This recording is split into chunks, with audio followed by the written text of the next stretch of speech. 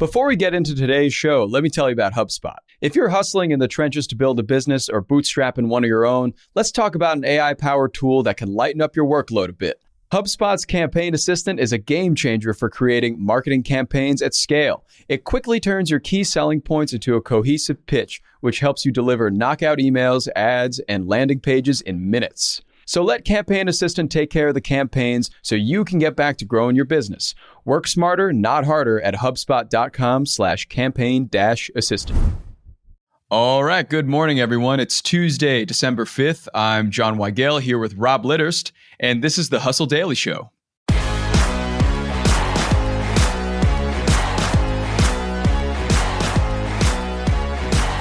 A difficult day for many in tech as Spotify laid off about 17% of its employees this morning. Despite their first profitable quarter since 2021 and a big user increase, the audio streaming company still parted ways with a large chunk of its workforce. We'll chat about these layoffs and, more importantly, what they're doing to the psyche of these workers. But before we get there, let's get you up to speed with everything else making headlines in business and tech today.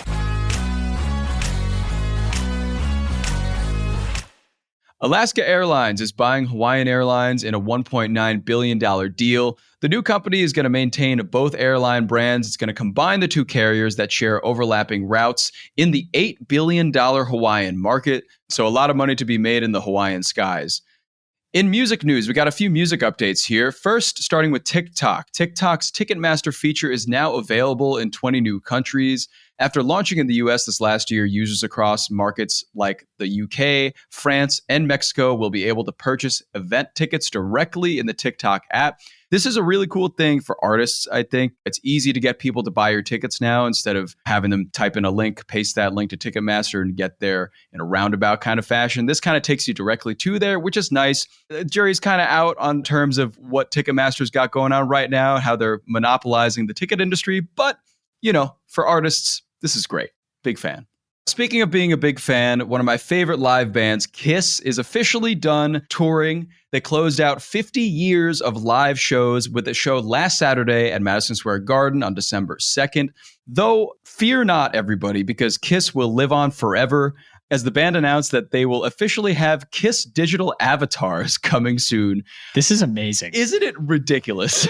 It is completely ridiculous and amazing. I mean, I feel like the first time I saw one of these, wasn't it like the Super Bowl? Wasn't there like a Tupac hologram or something like that? Yes. The hologram thing has been around for a little while. It's been in other countries. Like ABBA has a digital band now called the Voyage Experience. So they're doing it. It's just the first US band that's ever done it, which is fascinating. And I can't put it past Kiss. Years ago, they've been doing many interviews, Gene Simmons and Paul Stanley, about what they're going to do, you know, when they turn 75 and are just simply too old to do this anymore. Right. They talked about replacing themselves with younger people under their masks and just continuing the band. But I guess they just landed on making digital versions of themselves and putting up concerts around the world.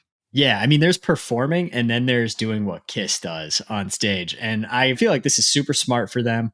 I feel like it's something that a lot of artists are going to be able to leverage going forward. I am a little bit dubious about like how excited will people be to go see a digital concert? How is it going to impact willingness to pay for tickets? Mm-hmm. I'm curious to see how it's working for ABBA. Has it been successful for ABBA? It seems like it has been. I don't exactly have any figures on it, but I will say that the ABBA Voyage Experience, what it's called, at least the avatars were created by George Lucas's special effects company. Nice. And Pop House Entertainment Group, and those are the same people that are doing Kiss's stuff. So I imagine it must have gone really well for them to want to just do it again like this. They're in good company, man. That's awesome. Next up, moving to space. Virgin Galactic shares tanked a little over 14% yesterday following news that the founder, Richard Branson, will no longer invest in it, his own company. Still, the space travel company says it has enough funding to launch its passenger spacecraft Delta in 2026. So clock's ticking. About 2 years and a month until we get to see some passenger space travel, it seems like. We'll put a big question mark on that and get back to it then, I guess. And finally, in what is probably the most harmless Florida man news we've ever produced, a Titanic superfan based in Florida is trying to collect 1 million VHS copies of the movie. He currently has about 2,500 copies, each of which has 2 VHS tapes. And the quick math on this says he'd ultimately need to store about 33.6 thousand cubic feet worth of videotapes if he does get 1 million copies. Rob, how many copies of Titanic on VHS do you own? Just asking for a friend. This is an amazing question because I actually do own Titanic on VHS. And I also really like the way that you queued that up because it is probably the most harmless headline I've ever seen from Florida. And no offense to any listeners from Florida, but what's that old joke? Oh, like you got to search Florida man and your birthday and then you find just some ridiculous article. Yeah, I forget what mine was, but it was something about somebody taking like a tank on a rampage in like a town, something to that effect. Yeah. But this one, if your birthday was on this day, good for you. All right, now on to our main story of the day. As we know, Spotify laid off about 17% of its workforce, including about 1,500 employees. Now, tech companies have accounted for over 250,000 layoffs just this year, and that's via layoffs.fyi. And we're inevitably starting to see the emotional fallout of the workers from these intense layoffs from various companies like Spotify, Meta, and many others. Rob, what's your take on all this?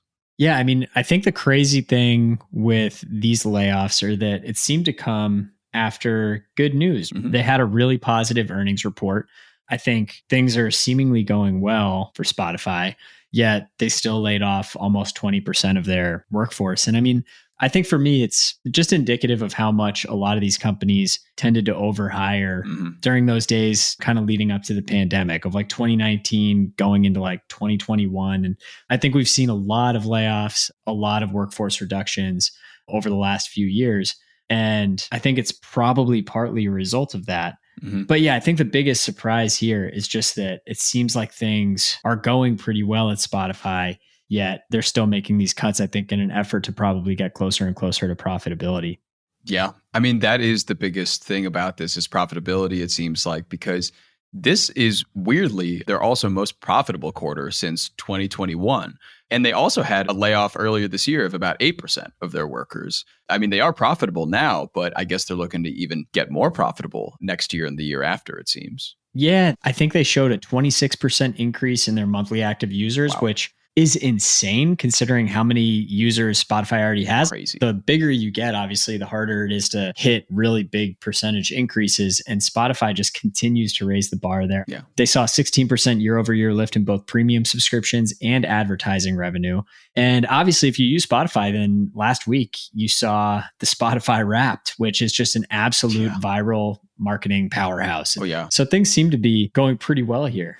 Yeah, things seem to be going pretty well, but it seems like with Spotify and a lot of other tech companies, these layoffs just keep happening. And, of course, job dissatisfaction is actually at a 3-year low and still going down. Yeah, I mean, I think what's interesting about these layoffs and just kind of the general context of workers and tech and everything over the last few years is I think a couple years ago, it was almost impossible for tech companies to find new talent. There was all of this kind of like quiet quitting going on. And it seemed like workers held kind of all the cards a couple of years ago. At least that's what the optics kind of looked like as we were talking about it. And you fast forward to this year and last year, and I mean, you start to see some of these companies lay off employees, and it's very clear, I think, that these companies not only hold the cards, but also that a lot of these companies really did overhire. I mean, I think the most glaring example of these types of layoffs is what Elon Musk did when he took over Twitter, or now X. It seemed like he almost let go of the entire company. Pretty much. Yeah, he cut so many jobs.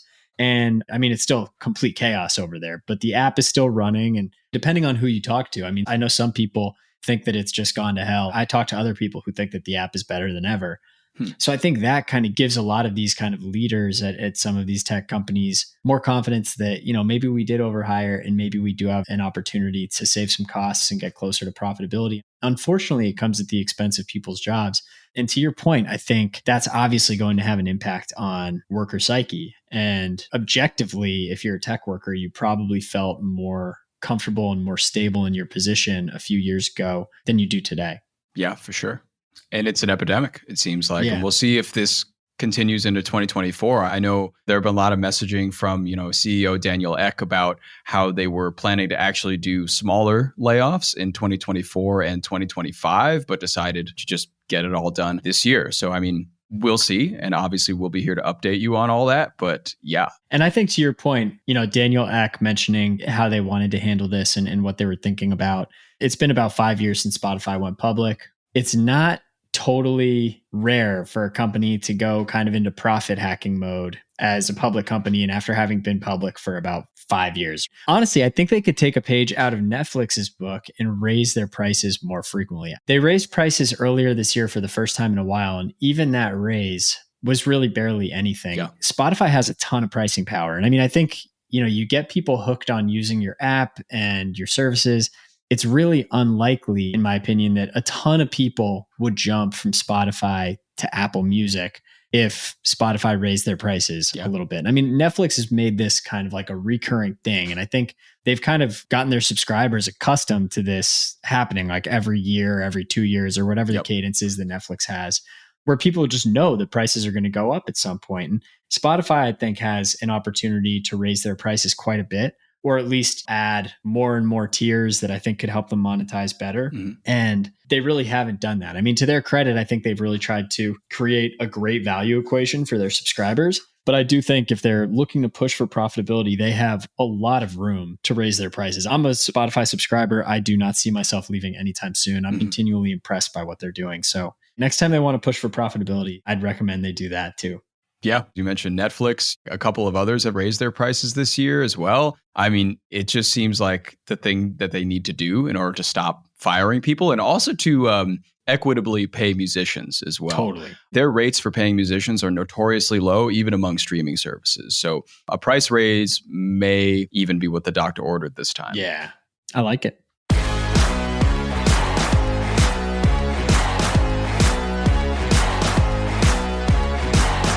All right, well, that'll do it for us today. Thank you for tuning in to the Hustle Daily Show. We are a proud part of the HubSpot Podcast Network.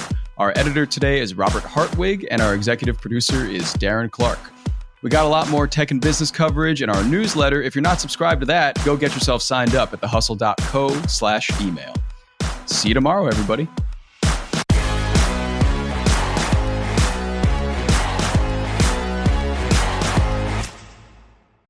Let me tell you about a show that I've been loving lately. It's called Entrepreneurs on Fire. It's hosted by the incredible John Lee Dumas. It's available now on the HubSpot Podcast Network. Entrepreneurs on Fire stokes inspiration and shares strategies to fire up your entrepreneurial journey and create the life that you've always dreamed of. I'm a big fan of this podcast. It has energy, it has value, and it's all about learning about entrepreneurship. I was just listening to an episode the other day. JLD interviewed Jay Rogers, who was such a wealth of information. He kind of went into how entrepreneurship chooses you. You don't necessarily choose it, and that failure only happens when you stop trying to win. A lot of gems in this one, so I highly recommend checking out that particular episode along with the rest. So go listen to Entrepreneurs on Fire wherever you get your podcasts.